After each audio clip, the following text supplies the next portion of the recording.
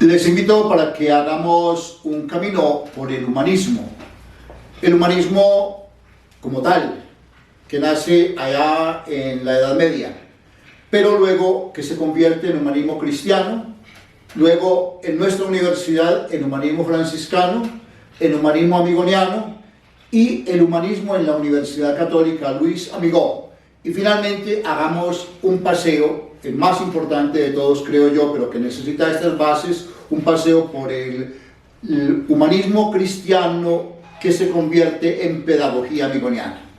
Y vamos a mirar el humanismo no como un elemento de orden intelectual, sino que vamos a mirar el humanismo como una manera de ser y una manera de vivir a la que están llamados ustedes como estudiantes, pero que están llamados fundamentalmente a una manera de ser y de vivir cuando sean profesionales. Entonces comenzamos con los orígenes del humanismo. El humanismo nace en una época en que todo era centrado en Dios, pero llega un momento en que se abre la brecha. Hasta el siglo XIII, la filosofía y la ciencia se basaban fundamentalmente en Aristóteles. De allí se hereda la lógica, se hereda el razonamiento, se hereda una concepción del conocimiento y se abre un camino a la ciencia, es decir, que la ciencia no es de ahora. Con Tomás de Aquino nace la escolástica, que es la armonía entre la fe como verdad revelada y la razón como conocimiento empírico. Pero a finales del siglo XV, estábamos hablando del siglo XIII, donde la filosofía y la ciencia nacen. A finales del siglo XV cayó en desuso la escolástica fundada por Tomás de Aquino y se abrió una desgarradora brecha en el mundo, entre el mundo religioso y la filosofía. Se rompe la dominación medieval del teocentrismo, todo centrado en Dios, y se pone como centro del universo la condición del ser humano dotado de voluntad, dotado de razón, como caminos, nuevos caminos para llegar a la perfección, porque antes únicamente era Dios. Concluye el periodo en el que la filosofía era considerada como la servidora de la teología, y comienza con Guillermo de Ockham en los años 1280 a 1347 a enseñarse el nominalismo, en donde la fe no necesita ser razonada. El humanismo entonces es un movimiento intelectual, y ese movimiento se desarrolla durante el Renacimiento. Sus orígenes son en Italia en el siglo XIV, esencialmente en las ciudades de Roma, Florencia y Venecia.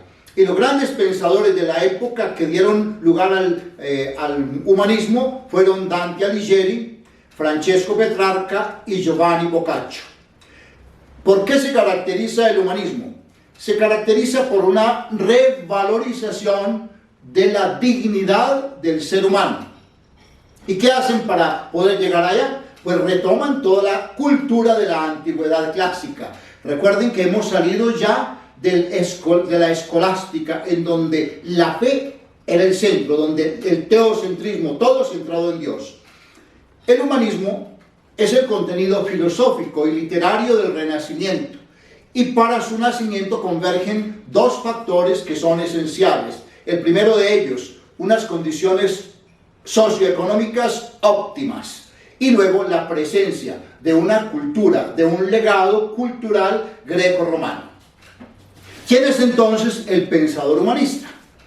El pensador humanista no es, como hasta ahora lo había sido, el estudioso de la teología. Recuerden, todo centrado en Dios, el teocentrismo. Ahora se introduce el pensador humanista en el estudio de las ciencias humanas. Era prohibido, por ejemplo, la anatomía. Era prohibido diseccionar un cadáver en esa época. Y también se retoman nuevamente las lenguas clásicas, especialmente el latín y el griego. Resucitan algo que había sido puesto al lado, porque era Aristóteles el que valía, y resucita el idealismo platónico frente al aristotelismo escolástico. Este estudio determina, desde luego, si están estudiando lenguas, latín y griego, grandes progresos en la lingüística, y saca a la luz temas y obras que habían sido prácticamente olvidadas por la historia del pensamiento durante la Edad Media del teocentrismo. Los humanistas entonces celebran el derecho del hombre a realizarse en el mundo. Confían en la capacidad de la inteligencia, de la razón. Se fundan en la filosofía y en la historia y dan valor esencialmente, se lo repito, a la razón. Hay algo que es muy importante en la Edad Media con el nacimiento para el nacimiento del humanismo, y es la difusión masiva de sus ideas en Europa con el surgimiento de la imprenta, que es creada por Gutenberg en 1448. Ese término humanismo nace con un hombre llamado, un italiano, Giovanni Piccolo della Mirandola, la mayor figura de la cultura humanista. Sin embargo, no es de la Mirandola. La mayor figura del humanismo es Erasmo de Rotterdam. Y a su lado aparecen figuras también muy brillantes, Erasmo de Rotterdam en Holanda y Tomás de Moro en Inglaterra. Tomás de Moro es el autor de la Utopía. Y luego Antonio de Nebrija y Juan Vives en España, igualmente Guillermo Boudet en Francia. ¿Cuáles son los ideales del humanismo? Como se lo decía antes, es una total revolución, es una ruptura con la Edad Media, con el teocentrismo. Y en la mentalidad de la época, esos ideales son entonces considerar al ser humano dotado de razón, capaz de alcanzar la verdad, que antes solo se alcanzaba mediante Dios, ahora se puede alcanzar mediante la razón, mediante el conocimiento. Y por eso entonces se sientan las bases de lo que hoy es en la universidad el método científico. Y desde luego se desarrolla una relación que en esa época no existía. A uno le parece hoy como es extraño que esto no se hubiera dado, pero se desarrolla la relación entre causa y efecto. Veamos ahora cuáles son los objetivos del humanismo y su expansión. Entre los objetivos del humanismo, lógicamente, no podemos señalarlos todos. Están recuperar las antiguas disciplinas y la filosofía grecolatina, y entre las antiguas disciplinas, la filosofía propiamente griega, la platónica. Formar un mundo y una humanidad nueva bajo la influencia, ya no de Dios, sino de la literatura, la pintura, el pensamiento político, la teología también, porque no se abandona a Dios. No es el centro, pero no se abandona a Dios. Y lógicamente la educación. Este nuevo movimiento, que es de orden filosófico e intelectual, no se queda en Italia, sino que comienza a caminar por toda Europa, sobre todo durante el siglo XVI. Y en Europa va originando en cada lugar movimientos nuevos, todos movimientos de vanguardia que intentan romper con el pasado teocéntrico y experimentar una nueva forma de percibir lo que se consideraba real. Hay tres acontecimientos fundamentales en el surgir de este nuevo movimiento. El primero, la caída de Constantinopla en 1453. Miren, más o menos hacia la época en que comienza a surgir el descubrimiento de América. Se pasa del imperio romano al imperio otomano. Se pasa de la Edad Media a la Edad Moderna. El segundo elemento es el éxodo, que se da por toda Europa y Asia y África como migración constante y, lógicamente, un crecimiento cultural. Y luego, el nacimiento del Renacimiento, que nace allí precisamente en este periodo. ¿Cuáles son las características del humanismo? También no podemos señalarlas todas, pero les señalo las más importantes. La primera, el antropocentrismo. Consistía en la idea del ser humano como centro de todas las cosas, ya no es Dios. Segundo, la figura del Dios creador seguía siendo relevante, no es que se elimine a Dios, sino que ya Dios no es el centro. Tercero, el uso de la razón sobre la fe. Ya no es la fe lo primero, ahora es la inteligencia humana como valor supremo.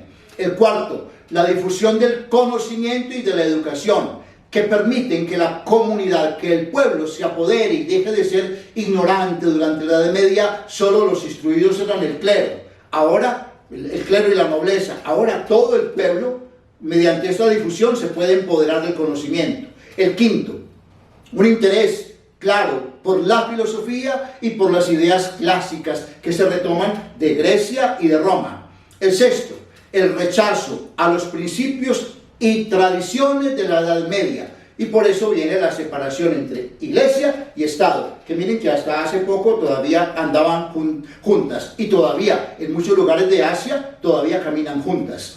7. La idea de un individuo libre en oposición a esa autoridad absoluta que tenía Dios sobre el hombre y que era manejada por el clero y por la iglesia. 8. Se populariza el lenguaje del pueblo, lo que llamaban el lenguaje vulgar, que en esa época ya comienza a surgir el castellano, comienza a surgir posteriormente el portugués, nace el italiano. Y luego, el punto 9, la apertura de academias y universidades. Nacen en esta época las academias y las universidades. Entonces, ¿cuáles son los aportes del humanismo a esta revolución cultural que supera la Edad Media? El primero, las academias, que fueron las grandes difusoras de este pensamiento, centraron su estudio en las lenguas, en la literatura y en la filosofía, ya no en la teología. Y como decíamos antes, la filosofía se convertía en sirvienta de la teología. Ahora no, la teología ya pasa a un segundo lugar. Segundo, un protectorado económico de los eruditos dedicados a la traducción de manuscritos y al intercambio de conocimientos.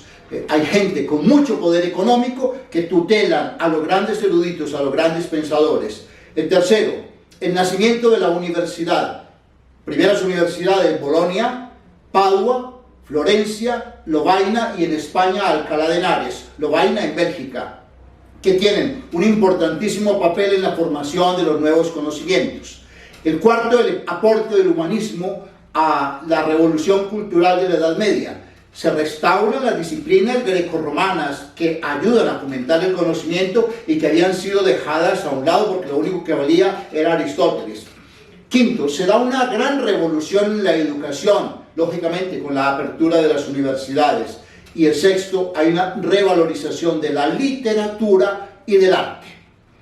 Y es por esto, con todo este mundo nuevo que nace, en donde la gran revolución es la filosofía, es la literatura, es el arte, es la pintura, que nace la Ilustración, que es una consecuencia del humanismo renacentista. Aquí el humanismo aún no tiene apellidos. Posteriormente el humanismo va a tener muchos apellidos.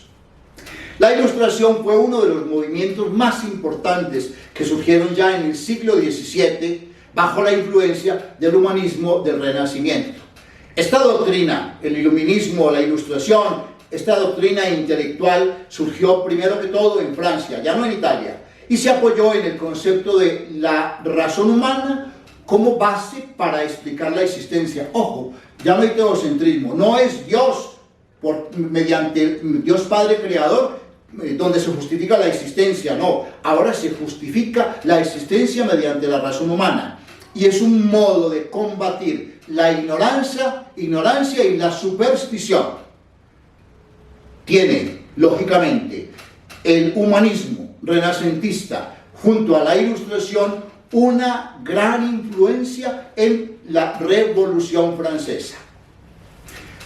Presentemos algunas producciones del humanismo renacentista.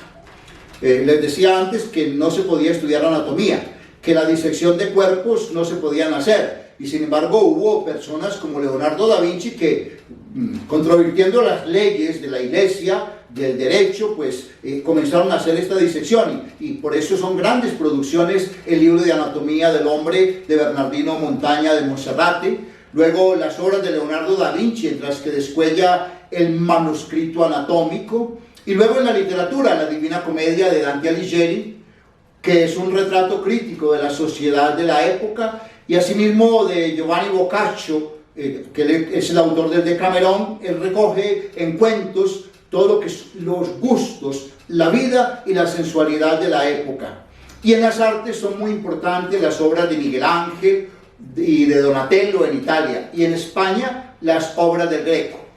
Asimismo, en Italia nace la astronomía con Nicola Copérnico, que retoma la teoría, antes era teocentrismo, y Nicola Copérnico lo que hace es la teoría heliocentrista. Por eso la iglesia lo condena en esa revolución de la Edad Media.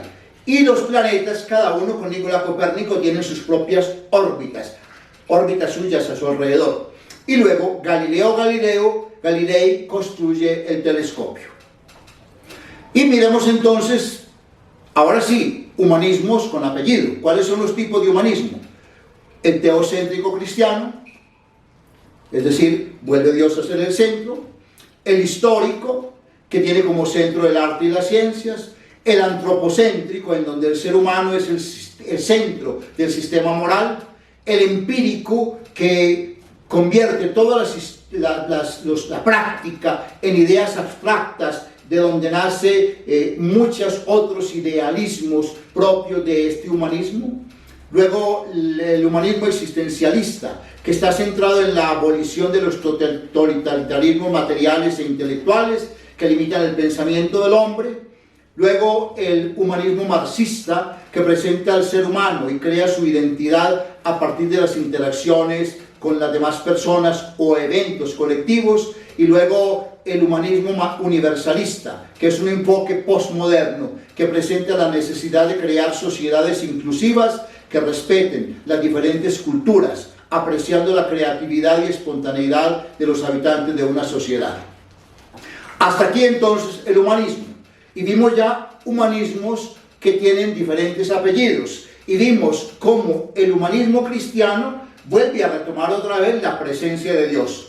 Pues este es el humanismo en el que yo quisiera que centráramos ahora, porque es el humanismo que practica nuestra universidad, en el que vive nuestra universidad y el que vive el catolicismo.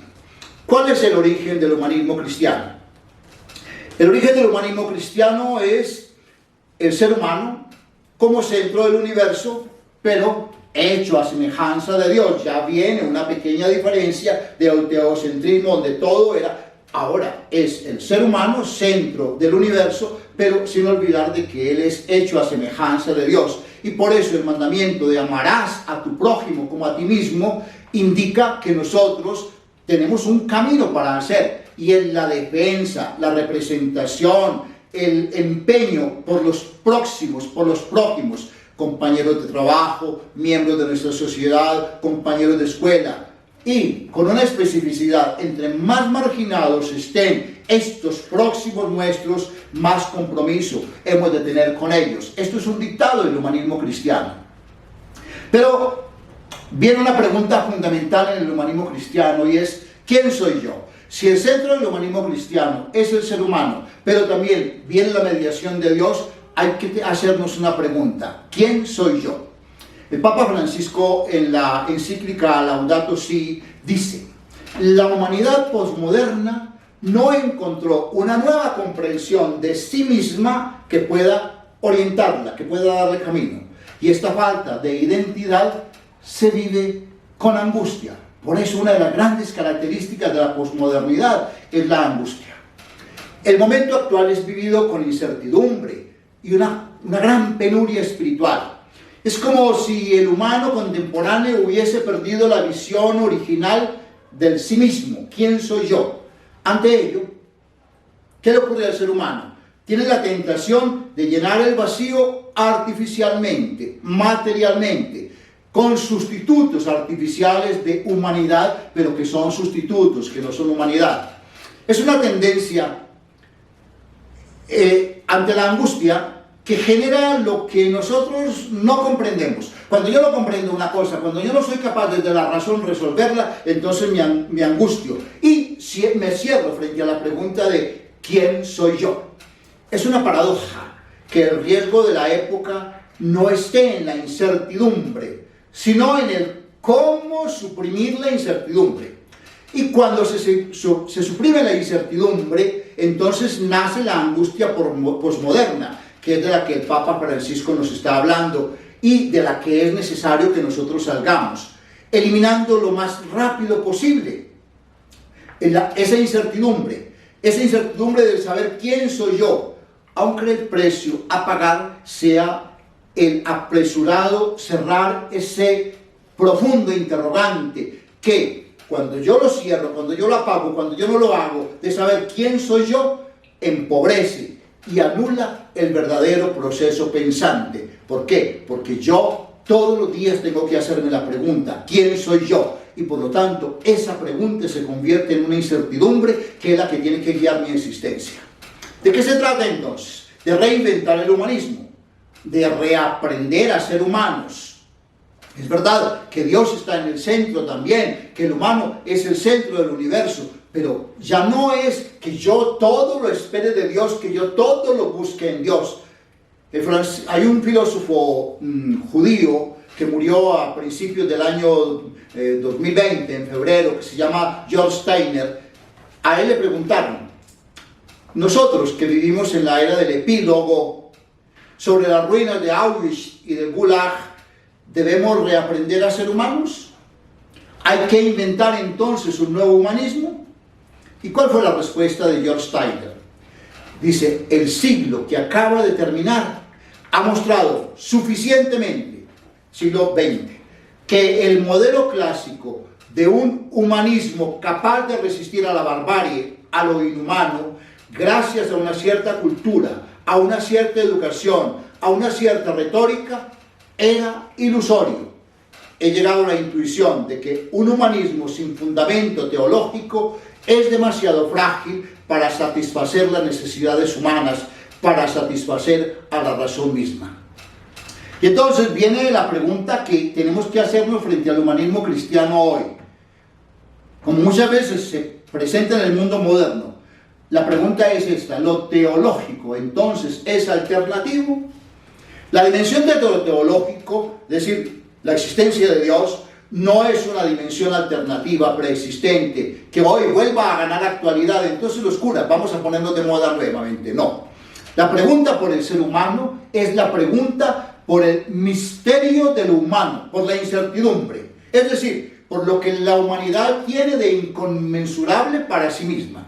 El humanismo cristiano tiene que ver con un rasgo esencial de la humanidad en el acto de vivir, donde el primer efecto es el ponerse en relación, es decir, el acontecimiento de la palabra nacida de la relación. No es la palabra la que crea la relación, es la relación la que genera la palabra. Y por eso hay que hacernos otra pregunta: ¿es la modernidad una expulsión de la reflexión metafísica del trascendente? Con una mirada más crítica, un teólogo jesuita llamado Henry de Lubac, que muere en 1991, sostiene que para muchos la modernidad comienza verdaderamente con la aplicación exclusiva del espíritu científico al estudio del hombre, es decir, con el surgimiento de las ciencias humanas y el advenimiento de su monopolio, con la expulsión de toda reflexión metafísica, como también, lógicamente, de toda religión. Lo estamos viviendo hoy. Y el rechazo, dice Henry de Lubac, de ver en el hombre una aspiración trascendente y de admitir que el hombre supera infinitamente al hombre.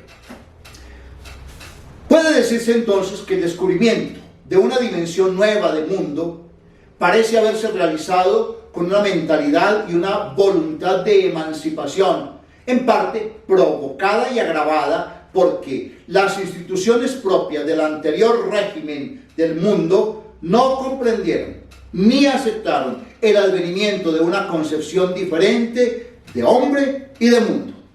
Se trata, por lo tanto, de articular una afirmación positiva de los valores creados, limitando el deseo de absoluto que nos es propio como humanos, permitiendo a esos valores desarrollarse sin lesionar al hombre, a la sociedad y a la naturaleza, articulando dichos valores con una conciencia clara de las heridas que impiden o que hacen difícil ese desarrollo. En vez de buscar ese sano equilibrio, ¿qué hace el hombre moderno? Se precipita cada vez más en un desmesurado dinamismo de expansión en la extensión ilimitada de su poder, con los consecuentes desequilibrios. Pero a su vez, del otro lado, la Iglesia fortificó sus bastiones, se parapetó en actitudes de rechazo y de condenación sin contribuir verdaderamente a la construcción de ese nuevo equilibrio. Las autoridades de la Iglesia, acostumbradas a ser las gestoras del mundo, pero concebido a su manera religiosa y piramidal jerárquica, no supieron reconocer la naciente autonomía, esa autonomía que confía en el hombre, el humanismo, el renacimiento. Al contrario, parece haberse reafirmado en su postura, se queda firme, alimentando en el hombre de la modernidad, ¿qué? Una actitud rebelde, que es lo que estamos viviendo hoy, de la que se siguió un aumento de las distancias y de las rupturas entre la iglesia y el mundo. Vuelve a nacer otra vez la ruptura entre fe y razón. Nace así, en el mundo moderno, una actitud de nihilismo.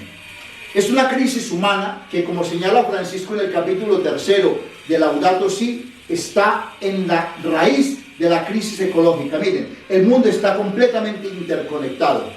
El Papa Francisco propone una mirada lúcida acerca del paradigma tecnocrático, señalando que el problema fundamental de nuestro tiempo es el modo como la humanidad, de hecho, ha asumido la tecnología y su desarrollo junto con un paradigma homogéneo y unidimensional. Y agrega el Papa Francisco que en el origen de muchas dificultades del mundo actual está ante todo la tendencia, no siempre consciente, a constituir la metodología y los objetivos de la tecnociencia en un paradigma único de comprensión que condiciona la vida de las personas y condiciona el fundamento de la sociedad. Es verdad que no se niegan las conquistas desde la racionalidad tecnocientífica, pero no podemos desconocer que ella puede llevarnos a una progresiva pérdida de la familiaridad afectiva con el mundo que habitamos, o a un empobrecimiento de nuestras experiencias humanas profundas.